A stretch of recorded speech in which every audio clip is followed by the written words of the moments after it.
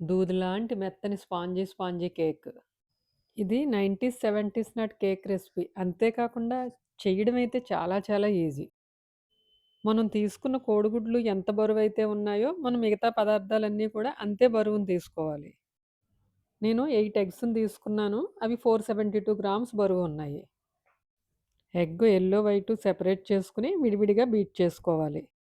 472 గ్రాముల పంచదార పౌడర్‌ని ఎగ్ వైట్‌లో ఏసుకొని బీట్ చేసుకోవాలి. అది బాగా కలిసాక 472 గ్రాముల వెన్నను కూడా వేసి బాగా కలుపుకోవాలి.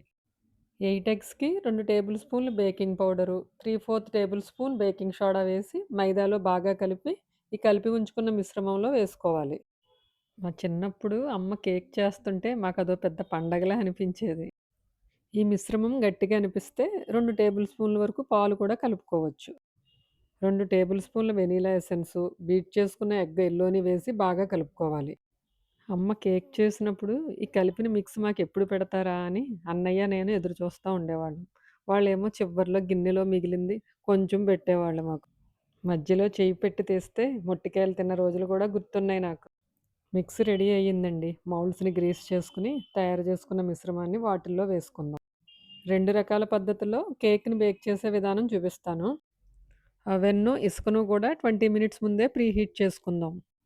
స్టవ్ మీద చూపించిన విధంగా పెట్టుకుందాం. ఈ ప్రాసెస్ అంతా స్టవ్‌ని సిమ్‌లో పెట్టుకునే చేసుకోవాలి. ఇప్పటి కాలంలో ఎన్ని రకాల కేకులొచ్చినా, ఈ కేకుని మించిన రుచయితే ఉండదండి. 180 డిగ్రీస్ సెల్సియస్‌లో ఈ కేక్‌ని 40 నిమిషాల పాటు బేక్ చేద్దాం. చిన్న కేకులైతే 30 నిమిషాలకే తయారవుతాయి.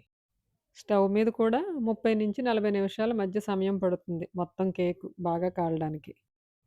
కేక్ బేక్ అయ్యేటప్పుడు మధ్యలో వచ్చే స్మెల్ ఉంటుంది. అబ్బబ్బబ్బా! భలే ఉంటుంది.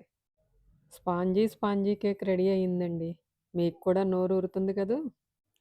అయితే తయారు చేయవలసిందే.